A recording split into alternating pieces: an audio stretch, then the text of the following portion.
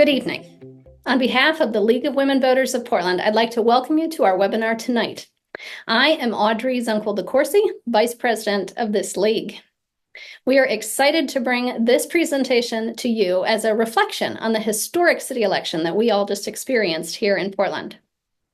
As a nonpartisan organization, the League of Women Voters never endorses candidates or parties, so we're not here to celebrate or gripe about the people who won or lost. We are here to reflect on the process itself. A win for us is more voters taking part in their democracy and feeling good about their votes. The League is dedicated to making democracy work.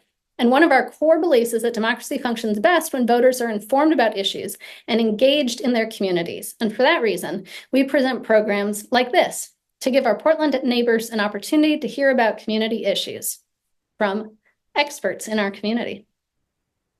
After tonight, please tell your friends, your colleagues, your family to watch the video or listen to the podcast of this program.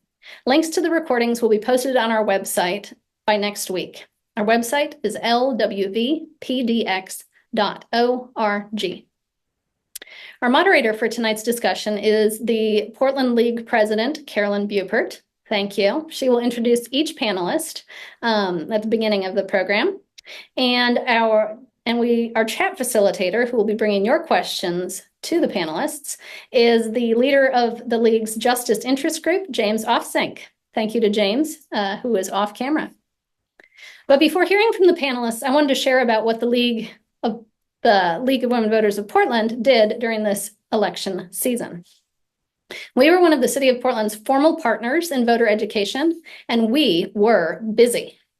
Our volunteers led in-person presentations about ballot measures, the new form of government, and ranked choice voting. We held 72 of those presentations. Our volunteers tabled at 16 community events, farmers markets, neighborhood events, senior centers. And of course, our online educational efforts included programs like this one, via podcast and video with hundreds of viewers. Our podcast, which you can subscribe to in your favorite podcast app, shared civic education programs and candidate interviews, and that has received over 1,800 downloads. Our voter service efforts provided nonpartisan, impartial information about candidates and ballot measures through printed and online resources and through video and podcast interviews. Towards that end, our volunteers hosted 99 candidate interviews with over 24,000 viewers total. Our volunteers also registered Oregonians to vote at 36 tables, registering over 400 new voters this year. We have been busy. Good busy. For a historic election, the League of Portland has been stepping up, and we feel affirmed in why we are here. Our commitment to our mission of empowering voters and defending democracy is burning bright in our hearts. And we are so glad you are here to join us for this conversation, where we're going to take a moment to step back and reflect on this election we've been working so hard towards. So with that, I want to turn this program over to you, Carolyn, and thank you all for being here. Thank you, Audrey. Hello, everyone. So tonight we've invited three panelists whose knowledge and opinions we respect, and in the case of Alex, whose reporting we respect, and to help us reflect on the election. And I have some prepared questions that will get us started, and then we'll go to audience questions. So if you have a question, you can enter it in the chat. We won't respond to the question in the chat, but we'll put it on the list. And then when the time comes, James will feed me the questions, and we'll get to as many of them as we can. So I'd like to introduce the panel. First, we have Jennifer Parrish-Taylor, Candace Avalos, and Alex Zielinski. Jennifer Parrish-Taylor is the Director of Advocacy and Civic Engagement for the Urban League of Portland. Jennifer brings over a decade of community and political organizing experience in communities of color. Jennifer grew up in Portland, an experience that shaped and informed her outlook and served as the catalyst of her passion to commit herself to issues of social justice. Jennifer currently serves as the Director of Advocacy and Public Policy with the Urban League of Portland, one of the oldest civil rights organizations in the area and in the country, I think. As early champions of fair housing and inclusive employment, the Urban League of Portland helped identify and correct discriminatory practices and policies commonly used to oppress Black people around the state and throughout the nation. And they continue to influence policy at the local, state, and national level. Candace Avalos describes herself as a first-generation Blacktina, in that she's the daughter of Black Americans from the South and Guatemalan immigrants. Prior to her venture into the nonprofit world, she was executive director of Verde, an environmental justice nonprofit. She worked at PSU for 8 years, providing civic engagement education and advising student leaders. She lives in East Portland and is an active member of that community. And she served on various boards, including the Charter Commission. She works with police accountability and several community-based nonprofits, such as Street Roots and the Coalition of Communities of Color. And in January, she'll begin a new role representing East Portland, District 1 on the City Council. Alex Zielinski covers Portland city politics for OPB. She's covered the city for over a decade, including 5 years with the Portland Mercury as news editor. And before that, she was a journalist in San Antonio and then Washington, D.C. She graduated from U of O's School of Journalism and Communications in 2011. We look forward to hearing from you. So we at the League decided that this webinar would focus on the local election. But having said that, I'd like to start with a question that refers to the national results. So I'm going to start with Jennifer. In what ways do you think the national election results should inform our work or our actions locally in the next few years? Yeah, thanks for the question. I've been reflecting a lot about the answer and kind of where we're at. And I think really the real results of the national elections, I think, revealed and clarified that we rise and or fall on the strength of our relationships. And I think it really showed that there's a lot of deep coalition and relational organization and organizing rather that needs to happen.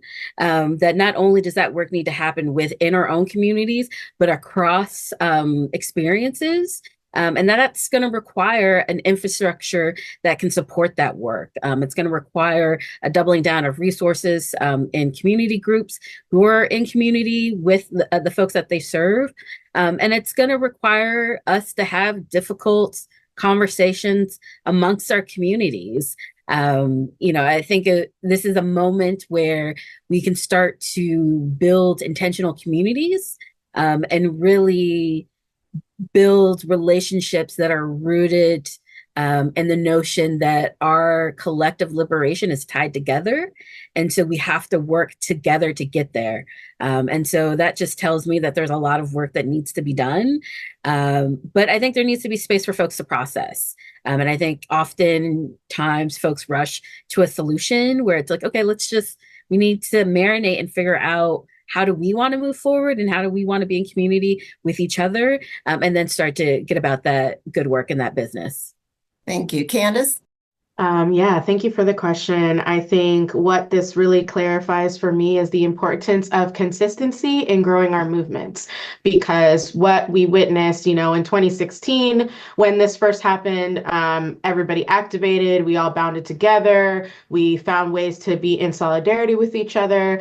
And then in 2020, when, a Democrat got elected, it was like, where did everybody go? The work continues. And so I think it's important that the lesson we learn from this is that threats to communities of color, threats of fascism and power will always exist. And whether they win or not depends on us, right? And so I think we really need to figure out for our movement how we continue to strengthen that, regardless of who the president is, because again, our communities will always be a target.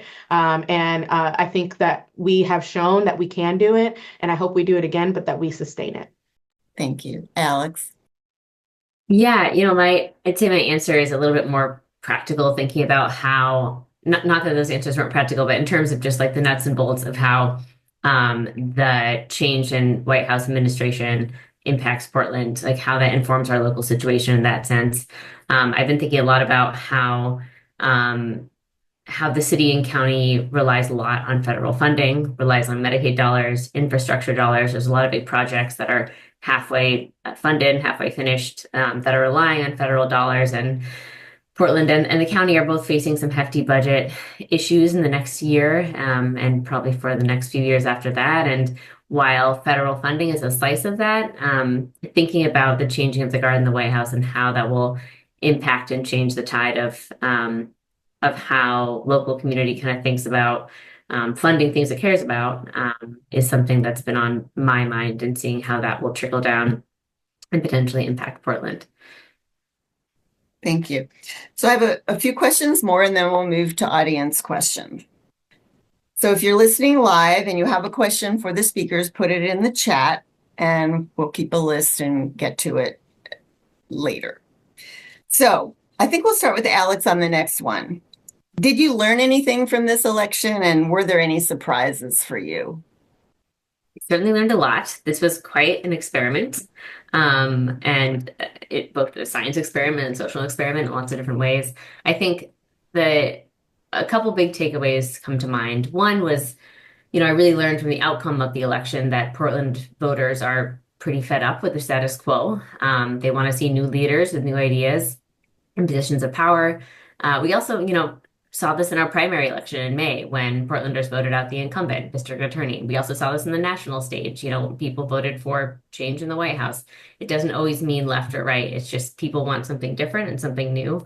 Another thing I learned through this whole process and reporting on it is just how, well-funded public campaign finance matching programs, how the city's program is so critical to keeping big money out of politics. This year, the city didn't fully fund the program that matches campaign donations to folks who pledge to accept small donations, and it made it really hard for some candidates to run effective campaigns and incentivize outside groups that don't have donation limits to dump a lot of money in certain races. And it's just interesting to compare that situation to the last council race where the public finance program was fully funded. We saw no massive spending. And so kind of seeing how money plays a different part when there's less public supported financing was something, maybe more of a nerdy thing that I took away from it. How about you, Candace? Surprises? Anything you learned?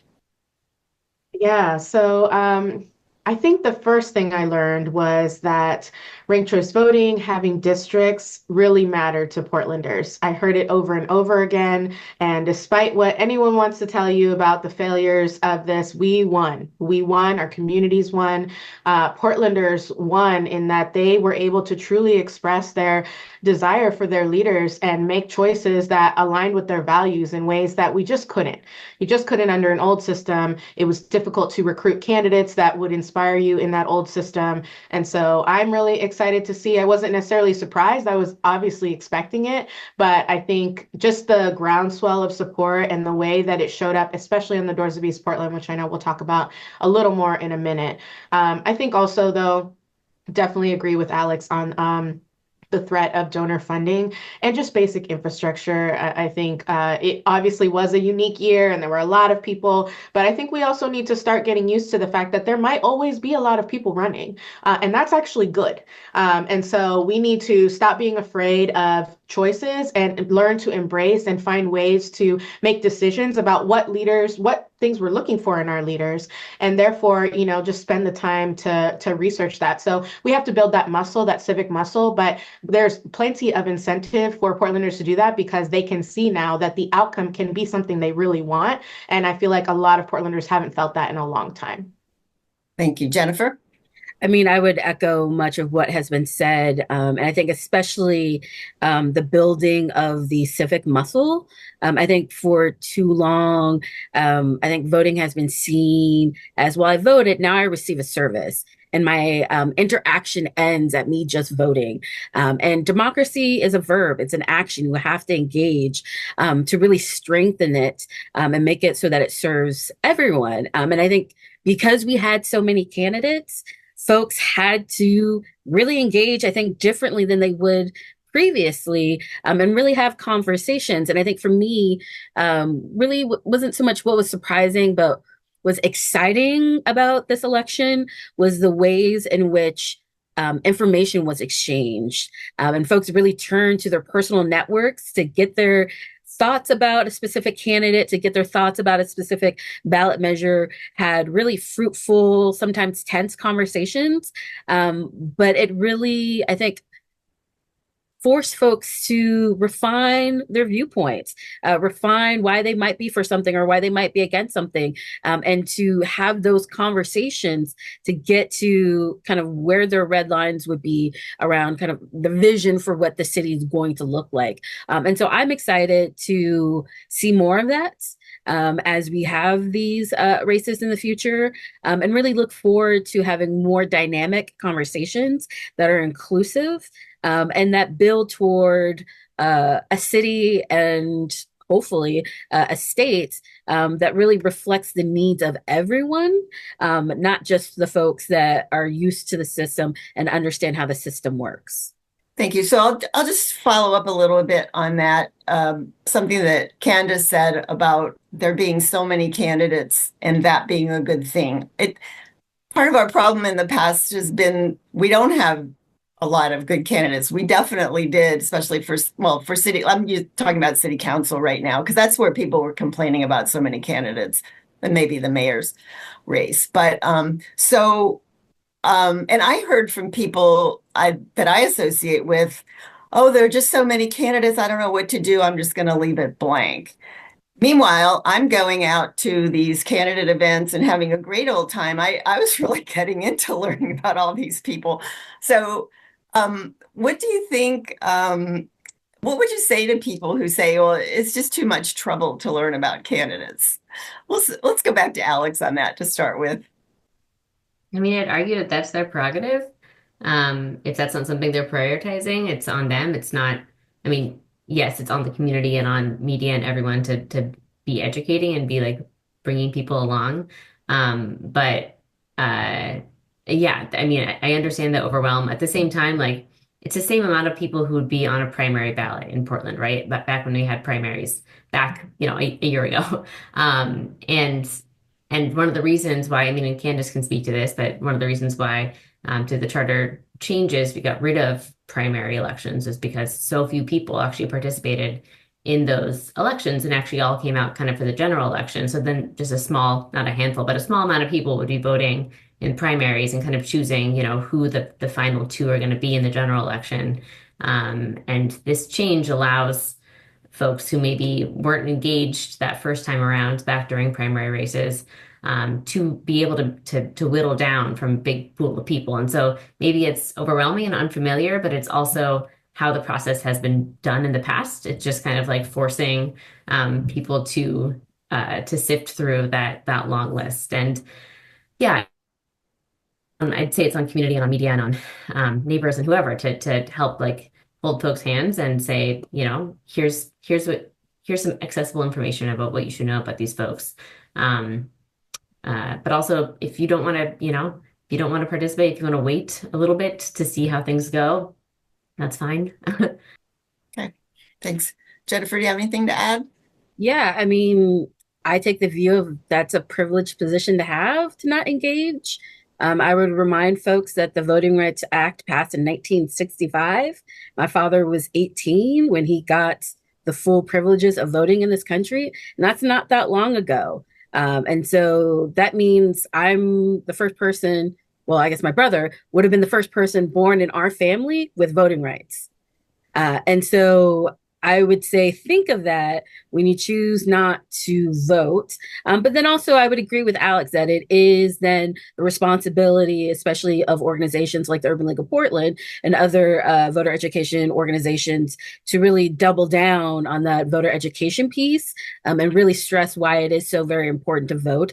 And that they have options, and that we encourage folks to do that research for themselves. Again, like the Women League of Voters, we are a 50c3 organization. We don't endorse candidates, but we do endorse civic participation, and strongly encourage it. And so, yeah, that's what I would say.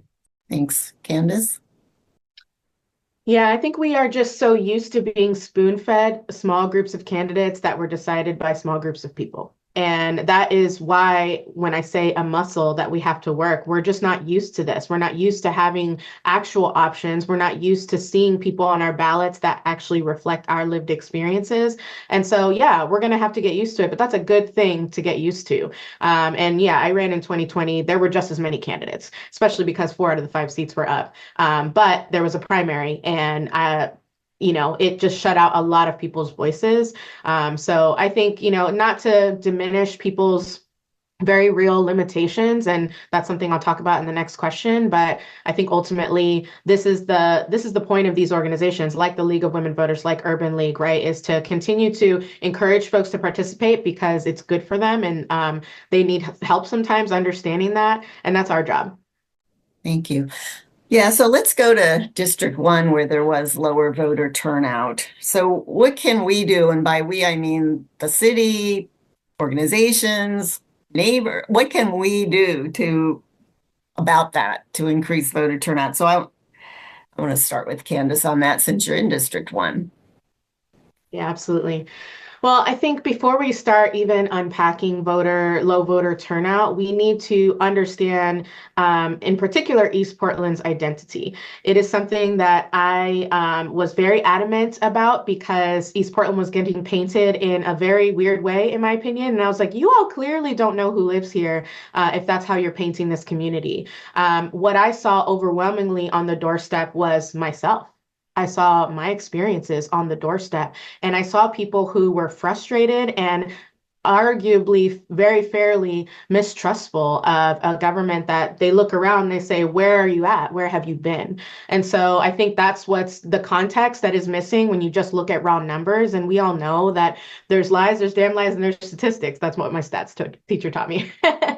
Like those numbers can be manipulated in ways, and they are being manipulated in ways to cast doubt on the efficiency of increasing representation and the very clear results we all see from this new system. So, East Portlanders disproportionately are the poorest Portlanders by literally $30,000. Every other district has $90,000 in median pay, and we have 60.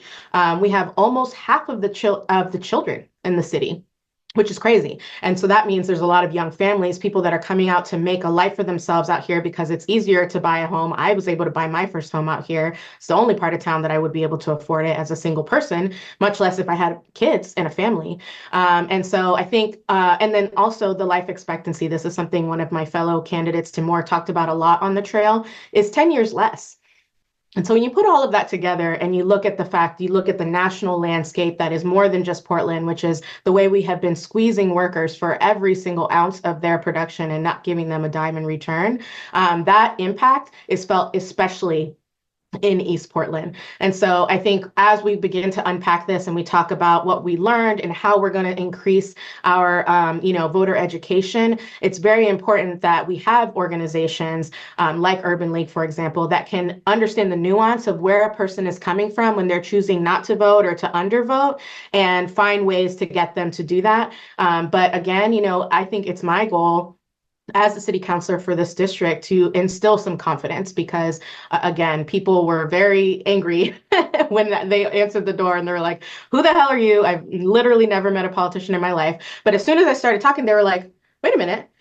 So I saw that face change a lot. So it was very hostile to like happy in like 30 seconds. And I think that just shows that people are hungry for this, and ranked choice voting in districts are making it happen. So I'm excited to see how it continues to evolve. Thank you. I'll go to Jennifer next. And also, I'd like to insert here that, frankly, the League of Women Voters, which does a ton of voter education, is predominantly white. And do we need to learn a special way of communicate or a different way of communicating if we're going to talk to people or try to educate people of color to get them to vote? Not to tell them how to vote, just to get them to vote. So maybe we need advice. Jennifer? Well, I would just say like Candace is speaking facts. I grew up in inner Northeast Portland, and I Irvington area. My childhood home sold for over $1 million. The only place I could buy my first home after my mother died was in East Portland. And I've lived here since 2016. And the only candidate that I've seen actually canvassing my neighborhood was Tina Kotek. I do this work for a living. I don't see any organization out here aside from my own doing the work. And so I think that is reflected in the feelings of the residents that live here. And you also have to remember that many folks that lived in the Northeast or inner Northeast area, I should say, have been displaced and pushed out to East County. And so there is also that layer of animosity that is there. And I think we have to work to unpack that. But also, we just have to show up. Another thing I think we also need to acknowledge is the lack of infrastructure that exists. You kind of need a sidewalk to do canvassing, though, I'll do one without it, but I'd rather not get run over by a car that doesn't see me because there's no sidewalk for me to walk on. And so we also need to speak to, the decades of underinvestment that have been happening in this district and what we need to do to change that. And then maybe folks will go from just surviving to actually thriving, and they can care about whether or not they want to vote. Because if you're picking between having to work a second shift so you can pay bills or, taking the time to vote, voting may be the least of your priorities when you're trying to get your family through the day. Thank you. Alex? Yeah, I just chime in to contextualize kind of the concerns around the low voter turnout in District 1 a little bit. Those neighborhoods in general historically had lower voter turnout than the rest of the city. The fact that we saw it stay kind of the same this time around, I don't think should be, I'm sure disappointing, but it shouldn't be a huge surprise. I don't think creating district representation is like flipping a switch, right? It takes a second for people to actually say, oh, I'm actually being represented by folks who are in my district. Candace is going and talking to folks in City Hall about things that actually reflect my needs and my desires. Just creating the districts is one thing, but then actually like seeing what that looks like in practice and saying, okay, maybe I'm going to go down to City Hall and testify. Like it feels like maybe my voice is actually going to be heard here. I think it'll be more useful and interesting to measure kind of the data and the voter turnout years down the road to compare, hey, once people started actually having representation in City Hall, does that draw more voter engagement? I think it's the panic kind of around this low turnout is valid just because voter engagement and voter involvement is important, but I do think it should be couched in the fact that like we haven't totally turned on this new system yet. Okay, thanks.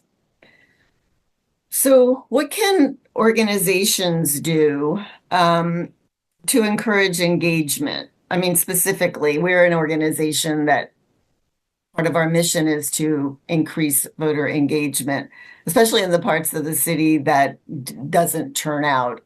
Are there any specific things? I mean, should we go to PTAs? Should we knock on doors? If you're working 3 jobs, you got to be ready to learn. But when would that be? Any thoughts? Hey, we'll start with Jennifer on this. Yeah, I mean, I'm just thinking about the question you asked previously that I think is related to this in terms of kind of, as a predominantly white organization, what can you do to help with that voter turnout? And I think we actually just need to take a step back for that. And is how are you in community with your neighbors? If you don't have Black folks come to your home, if you don't have Black folks that are your friends that you break bread with, that's a problem. And so how do you open like the aperture of your personal networks to include more diverse voices and experiences? And how do you build relationships? I would start with other organizations that are doing the work and show up before asking for things. I think the other thing we have to be better at, and it goes, I think, back to what Candace talked about previously, we can't just show up when there's an election. This is a conversation that we need to be continually engaged in. And I go back to this notion of relational organizing. Change only comes about through the relationships that we have with each other, and that they're really true and authentic relationships and not transactional. Because I can guarantee you, if you show up in community that you don't live in, on a day to day, and automatically start talking about, well, how come you're not voting? How come you're not engaged? That's going to shut the conversation down. And so I think it's really how you show up in community, and show that you're there to listen first and learn, and then ask questions and start to build with your community, and with others that you engage with. Okay, thank you. So Candace is having trouble with her internet and she got kicked off, but she's trying to get back on. So we'll just continue and hopefully she'll get back on.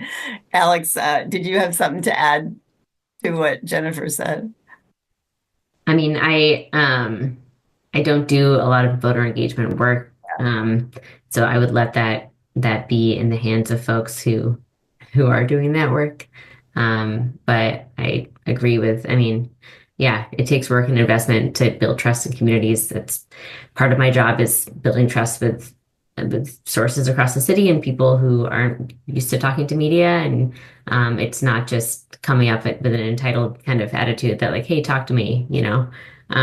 It's putting in some time and effort in building those relationships. Yeah, so we'll move to a question that is more in your line, and that is, what is the obligation of journalists to educate voters, and how did your organization approach this? And then how did your organization decide what aspects of the election and the charter transformation to cover? How's the sausage made on that, I guess is the question. Yeah, we were frankly making it up as we went, and I think we'll be looking back on this with a lot of analysis, but. A big theme of these changes to city government and elections is equity, right? Getting rid of primary campaigns, creating districts, having multi-person representation. It's all to get more Portlanders feeling represented in City Hall. And so we wanted to reflect that in our coverage, or at least not work against it, whatever that could look like. But there were a number of things making that challenging this year. In the past, during a general election, you usually have 2 candidates maybe per seat to focus on and to dig into and to really do profiles on and kind of questionnaires.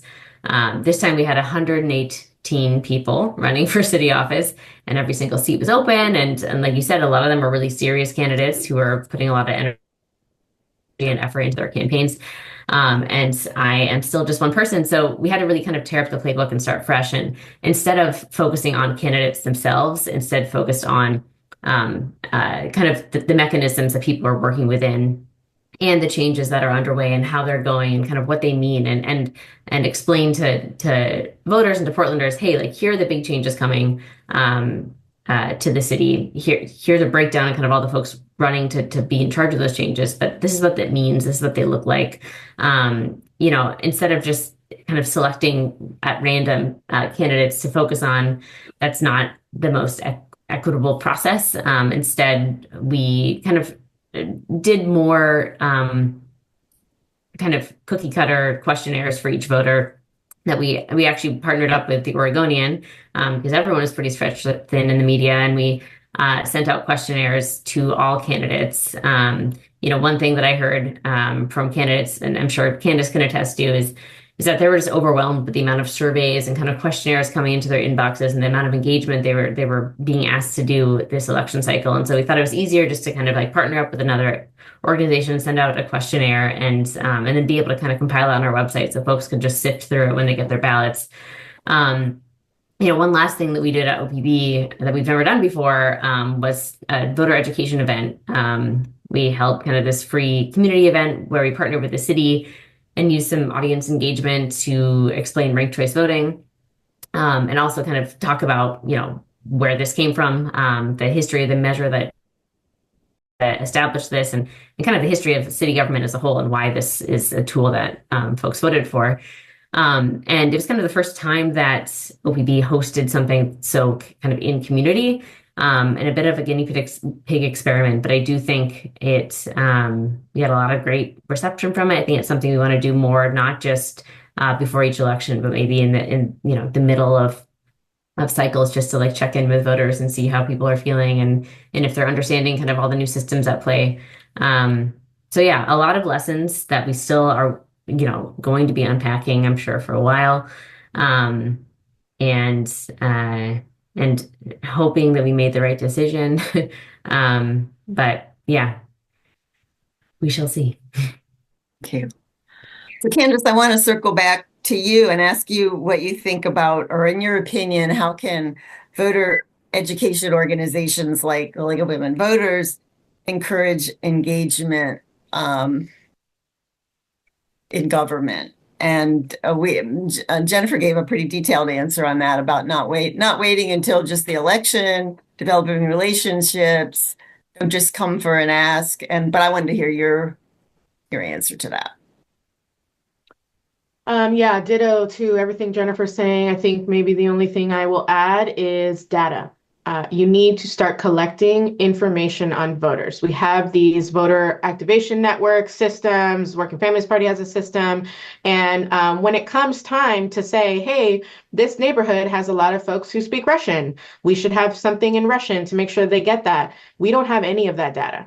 And so I think it's really important that we commit to collecting that, not just so that, we have numbers, but so that we can understand where everyone's living, how they're living their lives. And then we will find creative ways to engage them in the civic process. I actually spoke to a lot of people in Spanish on the doors. And I think that is, the Latino population is a growing population in Oregon. So how are we connecting with them? But if we don't know that they speak Spanish there, and I was putting it in my, in my van, but that's just my data, right? There's no shared information that we as community-based organizations and all of that are trying to work together to educate the voters. We need to get better about collecting information because that's how we reach people. So that would be my take. All right, so we're about to move into audience questions, but did any of you have anything you want to say before we do that? Something that we didn't cover so far and you're just dying to say? Yeah, just one quick thing that I would also just, again, echo what Candace said, but, let's also ask folks why they're not voting. It could also just be that simple of like, hey, we just want to do a census of community to see where you are when it comes to voting and why or why not are you being engaged, when it comes to voting, like what are you hearing? And I think pairing that with Candace's point about having data will really allow us to have more targeted and fruitful organizing and outreach, because then we're able to meet folks where they're at, and speak to and find out more about how we can get them engaged. Yeah, and I'll just add one more thing. Just like part of it is that for politicians, sure, they need to do better about this, but like you need to keep running, right? Because the things that we do when we run campaigns, the grassroots efforts, the outreach, the collecting good information, why does it stop? You know what I mean? Like, and so I'm intending on testing my theory of change and continuing to be on the doors talking to folks. But I think that's part of it is just, and that's what Jennifer's saying, right? It's just like, how do we keep that going and how does everybody understand their role in keeping that going? Because every organization has a different role, I think. Okay, so I'm going to circle back to the data idea. So, of course, we need to know more about District 1, but pretty much everybody. But how would we collect that? I mean, you go hang out at the community center, you go to the PTA, you go to grocery stores, as people, yes, where do you send such a survey? All those things. You write the max. Just go to their door. Like go really. to their door. Okay. Go to their door. Yeah. I think that's what we're saying, right? Like those grassroots efforts that we do to reach voters, like they don't need to be different to reach people in general. So yeah, I have some ideas. I would love to I'm coming up with names. It's like Doors for Democracy. I don't know. I have an idea to continue this groundswell of folks who are interested in getting people excited about local government. I want to get a little group of folks that just continue to knock on doors and continue to talk to voters, because that way that's going to build trust in the system. It's going to build trust in their leaders. And if they don't have trust, then anything that we do honestly doesn't matter. So I would love for us to, all of us, right? okay, every, once a month, we're just going to go crazy for a weekend and we're just going to knock on 1,000 doors and just see what happens. I would love to see that. And I want to be part of that. Okay, well, I hope I don't put you on the spot, Candace, but you said you knock on the door, you get a look, and then you talk, and then the look changes. Okay, what did you say? How'd you get that look to change? Because I can see knocking on a door and like, man, I don't want any.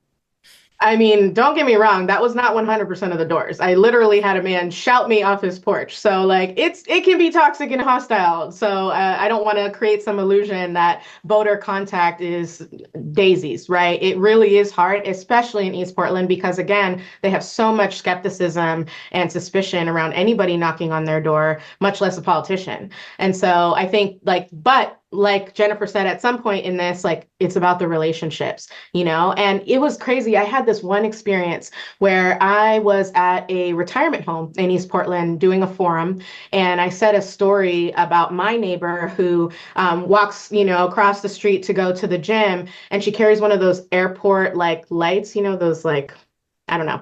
And she carries it. And I've actually seen her as I'm coming home as she's crossing the street and she's waving it, because again, East Portland has 28 out of 30 high crash corridors. People die all the time on our streets.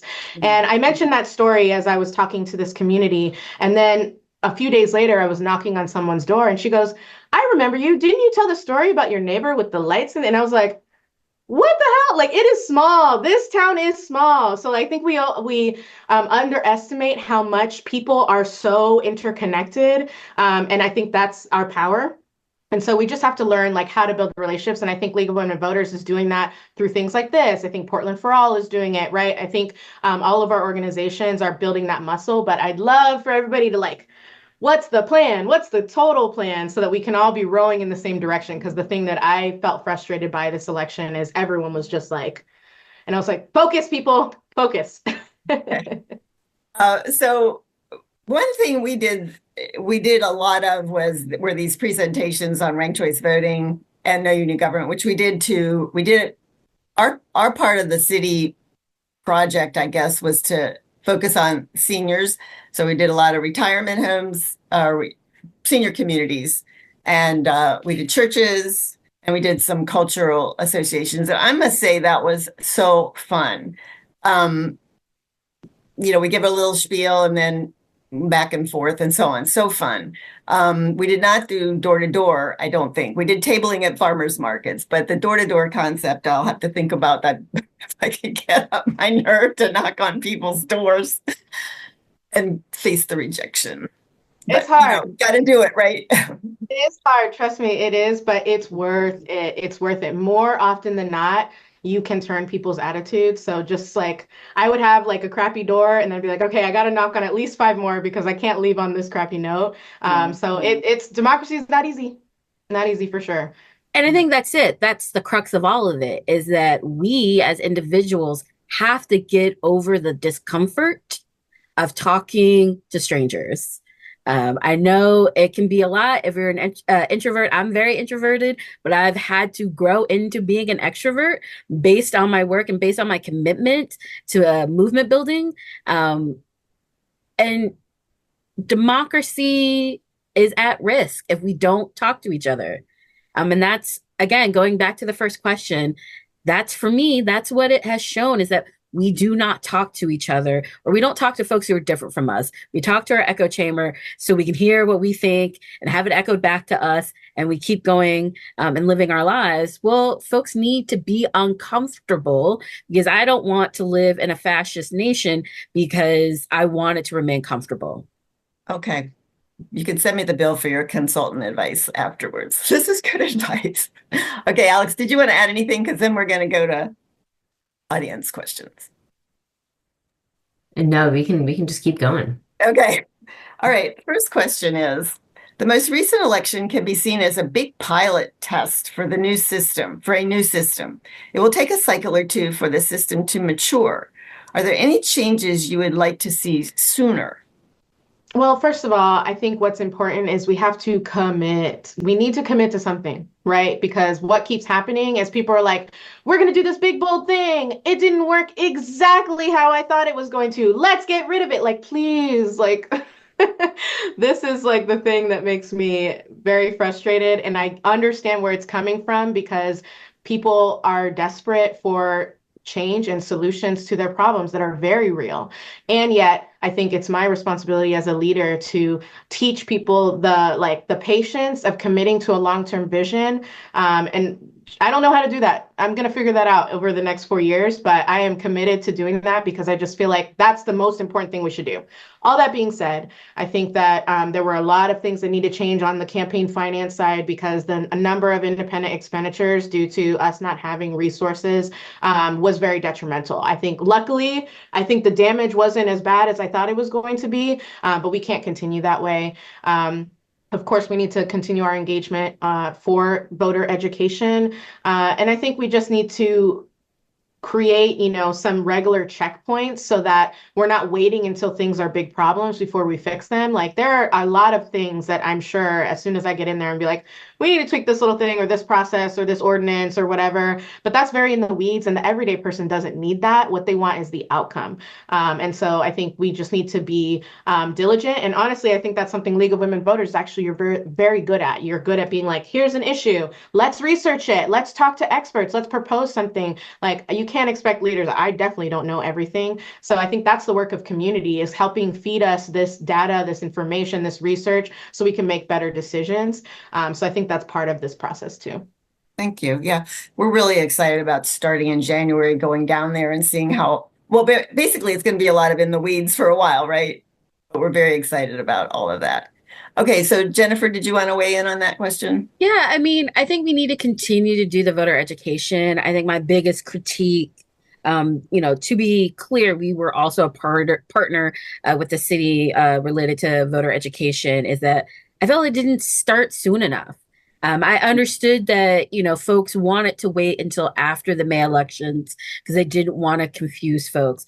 But I think voters are savvy enough to be able to receive that information and to start practicing so that they would have been prepared for November.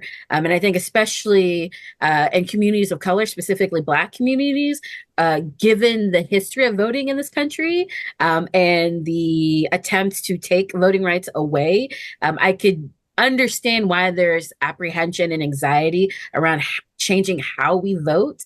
But then it becomes a responsibility of organizations like the Urban League of Portland and others who are doing voter education work to do that work, to really talk to as many people as possible, as many times as it takes, so that folks are comfortable and confident when it comes to voting.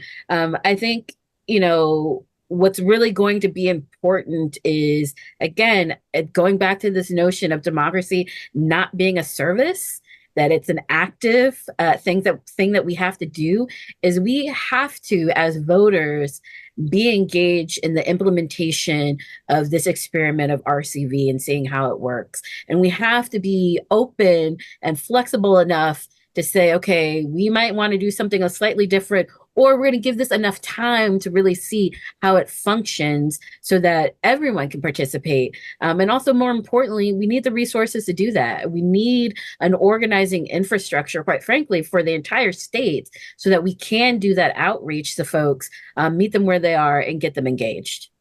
Thanks. Alex, did you want to weigh in?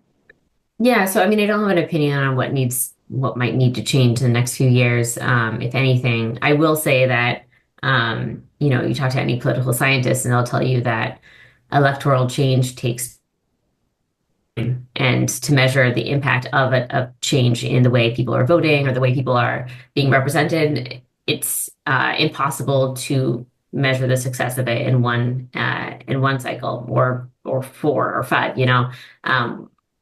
Portland has had the same system for over 100 years. And it's taken us a long time to figure out that we wanted to change it. There's been lots of votes that haven't gone through. I think allowing for prioritizing patience right now instead of panic, maybe the best to measure the effectiveness of what's going on. All right, thanks. We'll go to see what next question we have. Okay, the question is, we saw a lot of different endorsement strategies for organizations and the media in this cycle. For example, traditional endorsements, green lights, small number of candidates per district versus fully ranked sample ballots, etc. Do you think things have solidified around the most effective methods and that in the future there will be more standardization? I guess about endorsements, I guess. So anyway, who wants to say? Who wants to take on this question? I mean, it's hard because I work for a 501(c)(3 and we don't do endorsements. I think I could speak to process. I will say, because we did a number of candidate forums, we did 10 in total. The city of Portland candidate forums were a beast to organize. And I think we've faced a lot of the same challenges that other organizations did in terms of what is going to be our metric of invitation, and in terms of who are we going to have to field out just so we can have a manageable number of folks participate. And that was really rooted in what our values are as an organization. It was really rooted in the small donation model that we have at the city level. And so I think having some common metrics that turned out most of us kind of agreed upon really helps to make that manageable. And I think that that has informed how folks who do make endorsements make their endorsements. So again, it's, how many donations have they received? What is their presence on social media? Have they met the small donors threshold? Are they a former or current elected official? The list goes on, but it has to be a sharp list. It can't include all the things and it defeats the purpose. But it was really, really tough. But again, I think it just shows the interest by folks who are running, and a new pathway that opened up for a fair amount of people to actually run this time around. Yeah, I'm really interested in how the organizations that do make endorsements come to those endorsements. What's that process? We don't make endorsements, but the police union does, the Chamber of Commerce organization did, and I would love to know how they come up with that. Maybe some reporter will do a piece on that. I can chime in from what I know, because I thought it was fascinating because, there are classic ways that different advocacy groups and, Chamber of Commerce's, labor unions endorse folks in past cycles, but this one was different because it was such a huge body. And the one interesting kind of thing that struck me was that the United for Portland, which is an organization that kind of a Portland Metro Chamber, the Chamber of Commerce kind of was running its endorsements through. They just invited everyone to these sessions where they explained kind of the state of the economy and kind of their priorities. And if I remember correctly, they gave the green light to anyone who just showed up to these sessions. And then there was a step where there was questionnaires, and if they met their expectations and kind of were in line with their politics, and they gave them a thumbs up. But it kind of was just the bare amount of engagement to show that someone's actually interested in an issue or will show up and will talk and will listen. Yeah.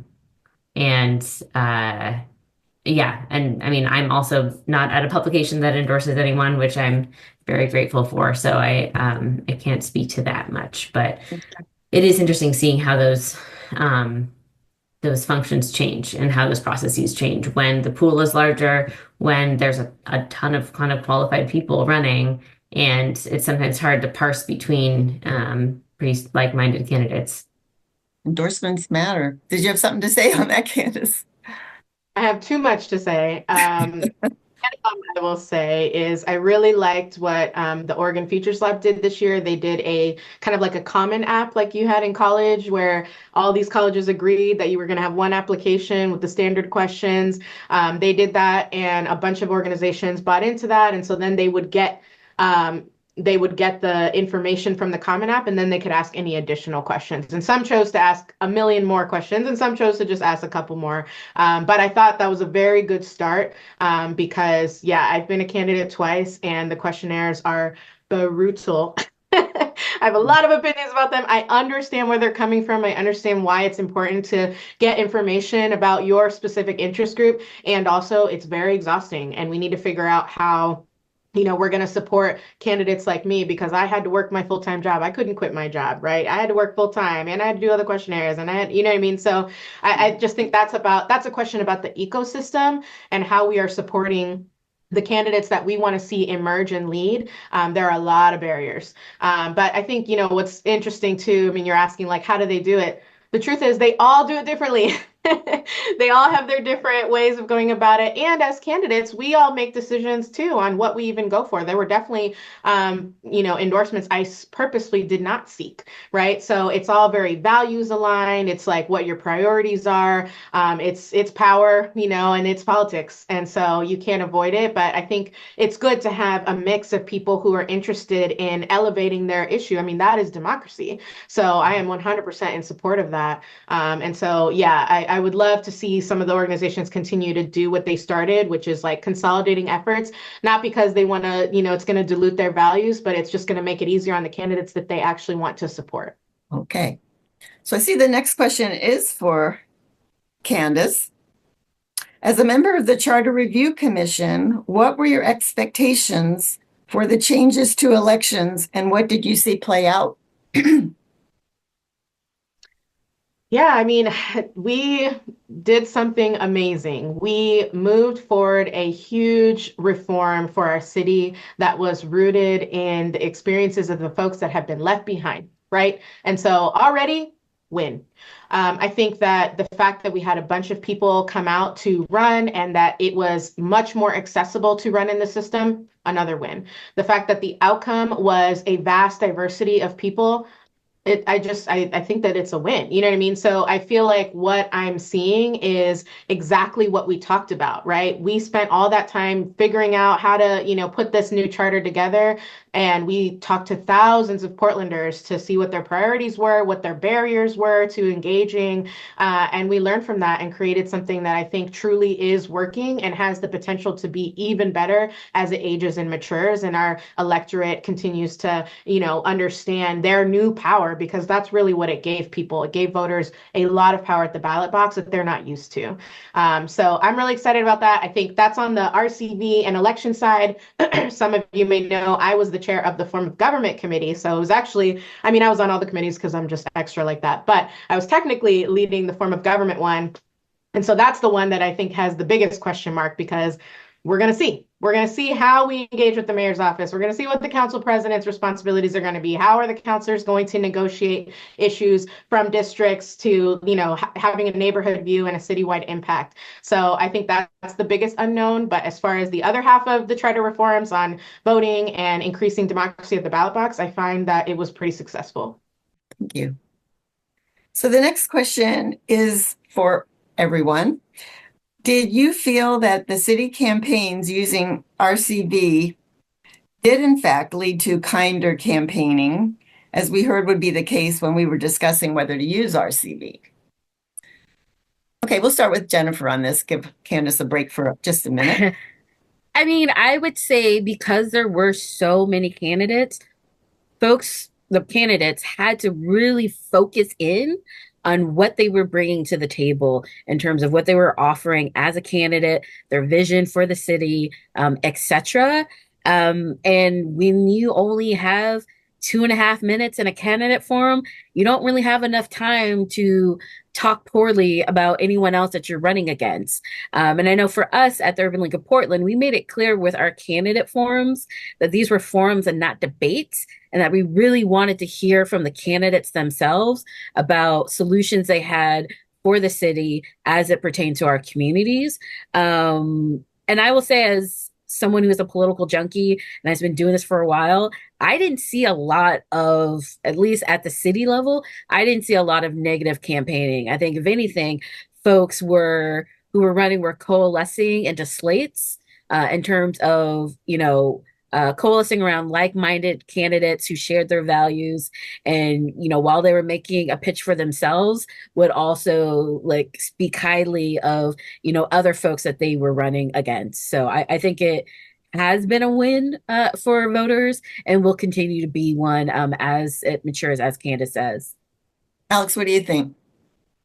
Yeah, I mean, I spoke to a lot of candidates, including Candace, about what this felt like on the ground. And it did seem, I mean, we saw so many candidates pairing up or joining groups of other folks in their district, you know, their opponents, to run and support each other kind of together, instead of punching down. And I think, you know, big picture campaigns were really cash strapped this time around. And I feel like that's just such an effective way to save money too, to if you're going door knocking and you're saying, hey, vote for me and also this other person, you're like splitting that in half. We saw people sharing pamphlets or sharing campaign mailers with their picture on one side and the other person's on the other. And I think voters really wanted to see that. I mean, if you turned on your TV in the past month, local TV, it's just like all these negative state and national races, and people are sick of that. They're like really sick of, I mean, at least in Portland, what I know, sick of finger pointing, sick of divisiveness. And I think it was refreshing for voters to see, and probably a boon for candidates as well. I mean, we didn't see it as much. One interesting thing is we didn't see it as much in the mayor's race, and it's because only one person was going to win that race, as opposed to like having three people that might be your colleagues that you're running against. And one thing I'm curious about is kind of how that mentality of running a council level race, where it's more collaborative, will maybe butt heads with you know, a mayor who ran in a race that was a little less collaborative. But Mhm. that's all to be seen. Okay. Okay, Candace, what'd you think? Yeah, I'll start where you ended. I definitely think that was interesting to observe because the incentives were different in the council races because you could share resources, you could get people's second votes, you know, and in the mayor's race, it's one person wins. And so they had to differentiate themselves for sure. I agree that people in general, I mean, we all live in this country, like it is horrible. Politics are horrible. I love politics and I hate it. And so I was very relieved that it did seem more cordial.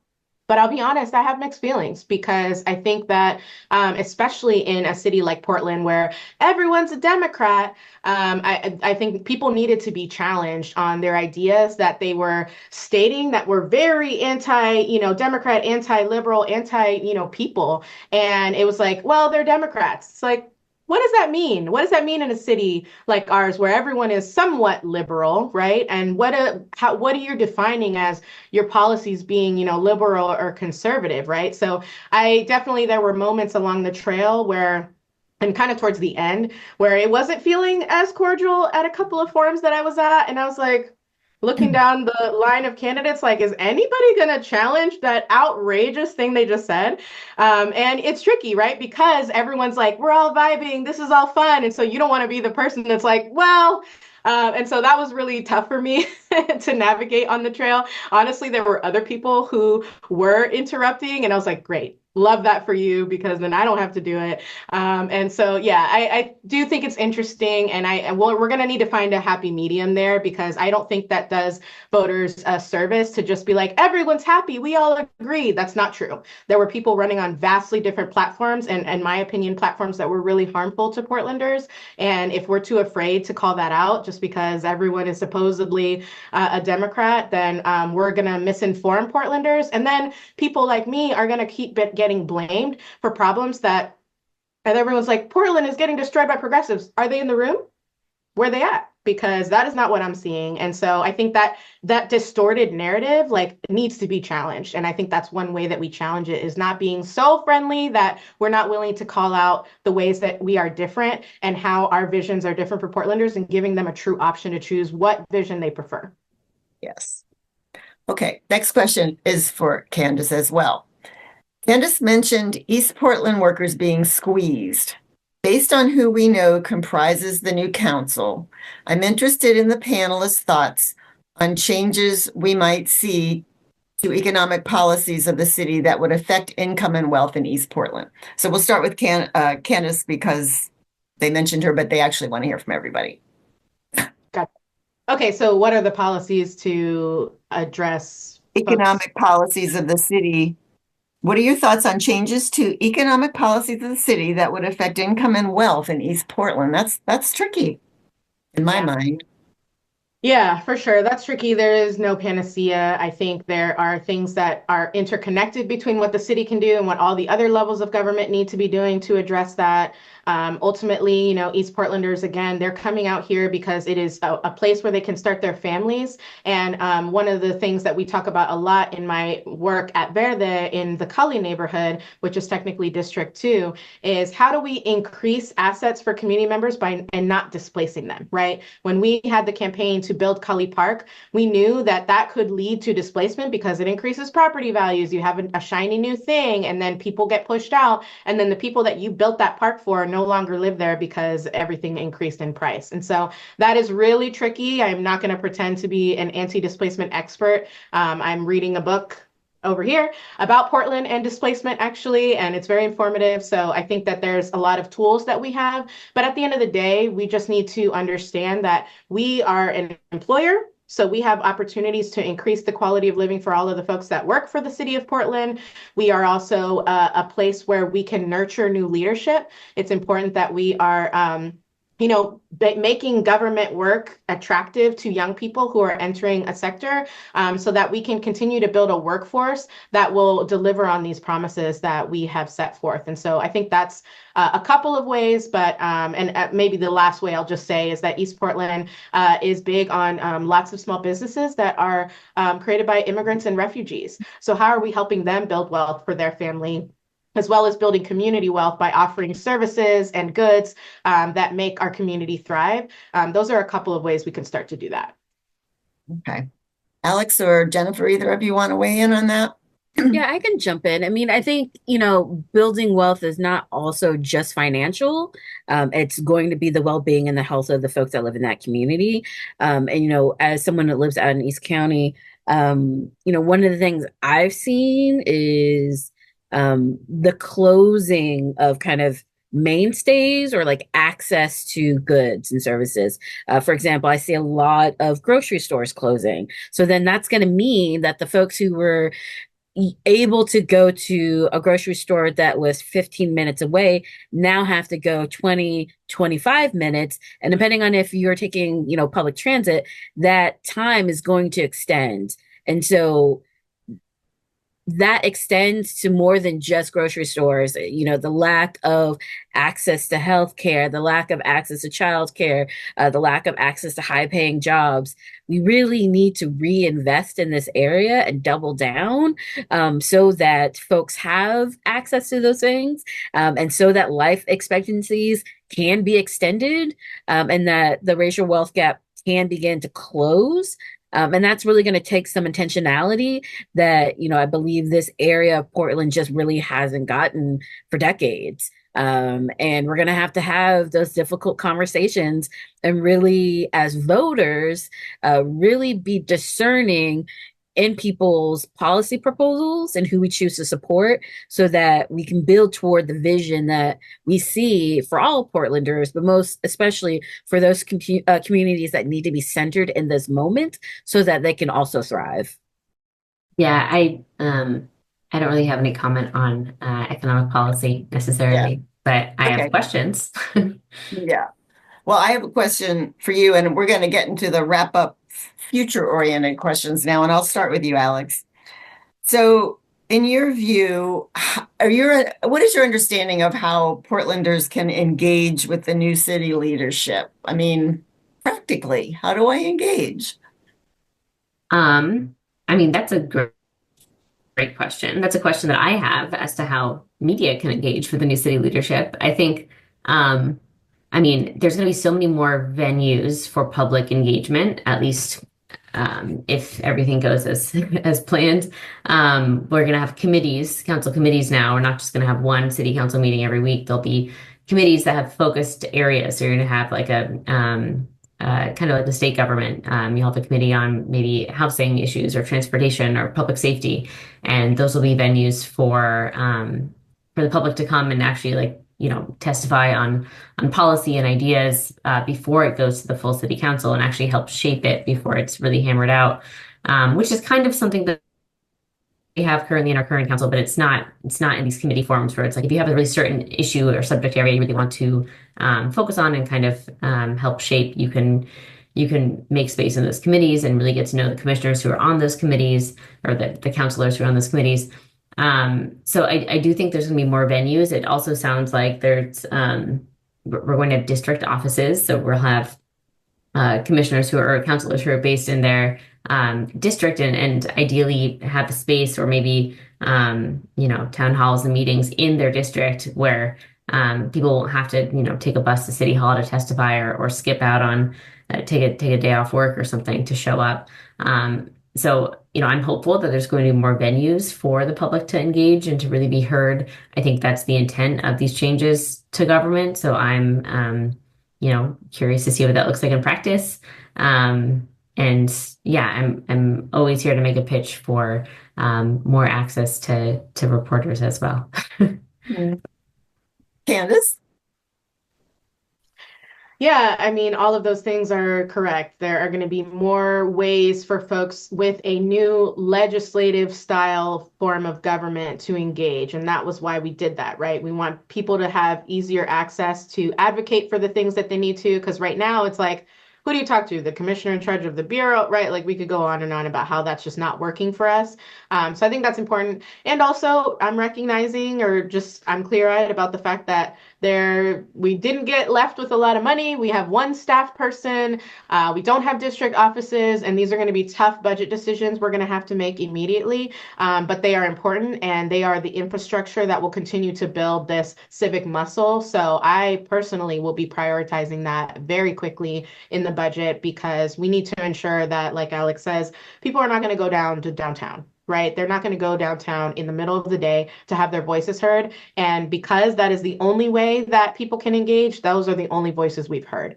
So it is a new dawn for people of all types to be heard. And there's many ways that I have a long list of engagement ideas that I'm not going to tell all my secrets on this Zoom, but I'm really excited to start implementing. And I think at the heart of it is I'm really looking forward to, excuse me.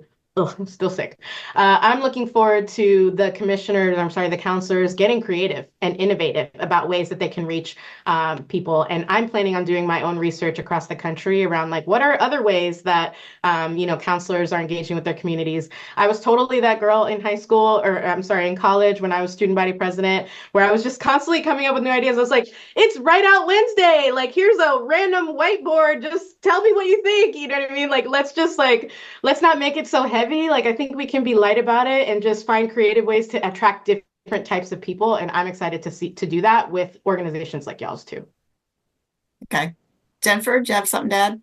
Yeah, I mean, I think one of the key differences of this new form of government and one of the biggest kind of feedback points that we heard from our community when we were in partnership with CCC, the Coalition of Communities of Color, doing charter change was that folks were upset by the fact that their representatives didn't necessarily live in their community, and now they have to. And so there's a very good chance that you might actually come across, a counselor out in the wild, so to speak, where you'll be able to talk to them. I mean, be respectful and engage. And I think that's going to be a different way. And again, I go back to this point or my point about, and pushing through discomfort to have conversations. And I think it's really going to be incumbent upon voters to step outside of their comfort zone and really take advantage of the opportunities that are presented to engage, whether it's through a district office, whether it's through these various committee meetings, etc. One, I find it really exciting in that it really allows you to maybe not necessarily get a one-to-one conversation with folks, but it's going to be a lot more manageable with more representation to have a conversation around what do you want to do in the city and what does that look like? And I think it's also an opportunity for folks to come with solutions. It should not be solely on our elected officials to implement everything. Yes, we have to hold them accountable, but it's also on us to say, hey, this isn't working, or actually, this is working, and we really want to see more resources go to it. This is not a one-way conversation, and it really, it's incumbent upon us to get in there, ask the questions, do the research, have conversations in community, and show up because we're being asked to. I think you tend to get the government you deserve. If you're not going to participate, you can't complain. And so I really just want to encourage folks to lean in, and be excited about the changes that have taken effect, and the changes still to come, and come prepared to listen, and do the work of implementation. The last question. What do you see as the work ahead of us? And I guess I'll leave that just open-ended. It can be the work ahead of you, or the work ahead of us or the organization, or it could be the work ahead of the city council, work ahead of journalism, or it could be the work ahead of us as a community. I'll go back to Jennifer to start. I think for me, and I've been really kind of thinking about this question, and I think for me, a lot of things have been clarified. And for me, it's like, okay, if I'm saying I want to have, or I want to live in a more just society, what does that look like? And what is that going to entail that I do differently? What is that going to entail in terms of how I relate with others and to others? And I think for me, it really means focusing in on my community and bringing my skill set to the fore, and continuing to do the work that I do, in terms of how do I skill share with the knowledge that I've gained doing this work for however many plus years, so that other folks can have agency within the system of just government, period. I think government with a big G, and really demonstrate that the work of advocacy, the work of organizing, the work of policy, can be demystified, that it's not this magical thing, that it's truly in the conversations that we have. And so through my conversations, how am I ensuring that my communities will survive these next 4 years? How am I ensuring that we are insulating ourselves to the extent that we have developed mutual aid networks, that we are organizing for a future that we want to see happen, because we know it's going to happen. And we come from, and by we, I mean the communities I work with and represent, and myself, come from stock that have been through harder things. And so it's with that at my back that pushes me forward to do this work, and to really have the difficult conversations, and to be uncomfortable, and not just be a hermit that, stays inside and doesn't engage, because too much has been lost and sacrificed for me not to show up for my community day after day. Thanks. Okay, Candace, how about you? Action plan? What work to do? I think the work, I'll go with work of like the larger community, is changing the narrative. And what I mean by that is people with money and power have always had the bigger megaphone because they can afford the megaphone. But it doesn't have to be that way. And we can out organize. And we have shown that in a lot of ways. I mean, Charter is a very good example of that, actually. And so I think it's important that when we talk about what is the goal of nurturing our relationships with community members, it's actually to change the narrative. Because then when these big dollars swoop in every 4 years to say, Portland is scary, you should do whatever I say, and it's somebody behind a curtain, our communities won't be as susceptible to that. Thinking about work ahead of us in the framework of a journalist in Portland, I think locally, the work of journalists is thinking outside the box of the old ways of government, and thinking about not just comparing, okay, this is how things are going now. How did that used to go? And like, why does maybe that makes it bad now? But instead being okay with like maybe not really knowing how it's supposed to go, and exploring that through a reporting, interrogating that through reporting, holding folks accountable who are in charge of, change, like overhauling this entire system. It's a big task, but it's what voters approved, like making sure that those things are happening the way they're supposed to go, is all smart, but not just staying in the same mindset that like, oh, this feels different, so it must be bad or wrong or something must be incorrect. Instead, exploring kind of the the new the new ways to cover and report and think thoughtfully about representative government, and hopefully getting more out in community, talking to people to hear if they're actually feeling represented and what that looks like. I think there are so many new, like, interesting opportunities of ways to like meaningfully report on the city that we haven't had before because there hasn't been representation, at least geographic representation, and that makes it really hard to reflect all of Portland. So yeah, being open-minded and being patient, I think there's also an urgency sometimes in the media and in the public too, right? They want to see changes. But if things aren't happening swiftly enough, then there's something wrong.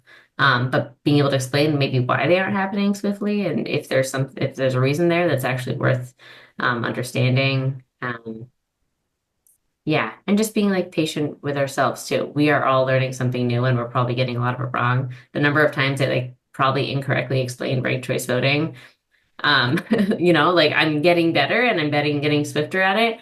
But there's a lot of systems that we're still being, we're expected to explain and educate folks on, and yeah, being soft on ourselves is also important. Thank you, Alex. And thank you, Jennifer. And thank you, Candace. And this was fun and great stuff. And we've run out of time. So I'm going to turn it back over to Audrey, who will read us out. Yes, indeed. Thank you all. Thank you to our panelists for your excellent remarks. Jennifer, Alex, Candace, thank you for this thoughtful, honest conversation. I think we really have shared some helpful perspectives and I think hopeful perspectives, as well as, thoughts that give us the motivation to stay accountable to one another. I think that's what I got from this is the relationships, and our community relationships are just going to keep growing. The election's done, but the work is not, right? So anyway, we are just very grateful for all you do for our city every single day. So thank you so much for making time in your busy schedules to talk with us today. We also want to appreciate our audience for your thoughtful questions. We wish we could have gotten to all of the questions that we were receiving, but we do appreciate your engagement. We know that one panel can't address every issue and every aspect of such a complex and exciting thing as these city government changes, but we hope that you gained some valuable insights about the ways our recent election is going to shape our city in the coming years. Funding for this program you just heard is provided by donations to the League of Women Voters of Portland's Education Fund and from the Carol and Velma Sailing Foundation. Thanks also to Metro East for recording our webinar. The League of Women Voters is a membership organization. That means you can join, and we welcome you to join our league. We want to thank our members for their generous volunteer and financial support for all of our educational programs. Membership and donor information can be found on our website at lwvpdx.org. And please tell your friends, your colleagues, your family, your social networks, the neighbors down the street when you go door knocking with Candace and the next door knocking campaign she's on. You tell them about the League and this program podcast so that they can tune in and learn all the things you did. And it will be available by next week on our website, lwvpdx.org. You can also subscribe to our podcast now and be sure to get this panel program appearing in your feed once it is live. Thanks again to our panelists and to our listeners. Have a great evening, everyone.